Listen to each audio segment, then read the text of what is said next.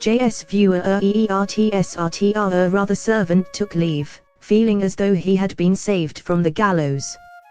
Now, the minister was watching the entire proceedings without understanding a thing. He was very much impressed with the ease with which the king laid his hands on the real culprit. He wanted to know how the king could do it. The king smiled at the minister's question and said, "Copyright symbol. My job was to find out which one out of the entire population of the city could have dug up that gold. According to the Brahmin, nobody knew that there was gold under the plant. So whoever thought of digging at that spot must have done so for the plant but not for the gold. There was no such plant anywhere else in the neighborhood. So if anyone did need the plant, he had to dig only where the gold was hidden. Had anyone dug only for the gold, he would have thrown the plant away. Unless the man came for the plant, both the plant and the gold need not have disappeared.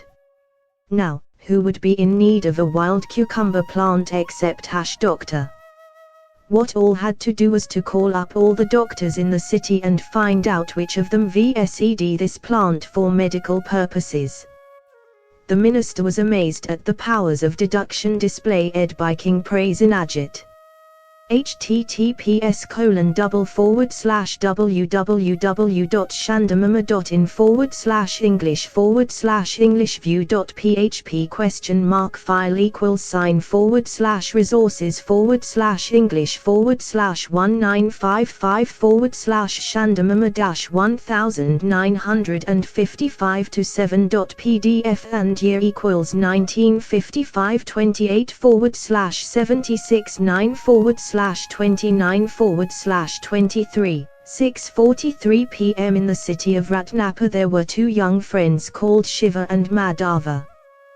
They had heard that the king of Ujjain had a Purokit called Shankaraswamy who amassed a lot of wealth and concealed it underground.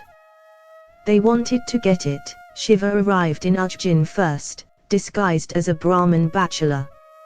He entered a meth on the banks of the Sipra. His entire property consisted of a begging bowl and a deer skin. Shiva would smear his whole body with mud, bathe in the river and stand on his head for a while facing the sun. Then he would go to the temple of Lord Shiva, and worship the PDF.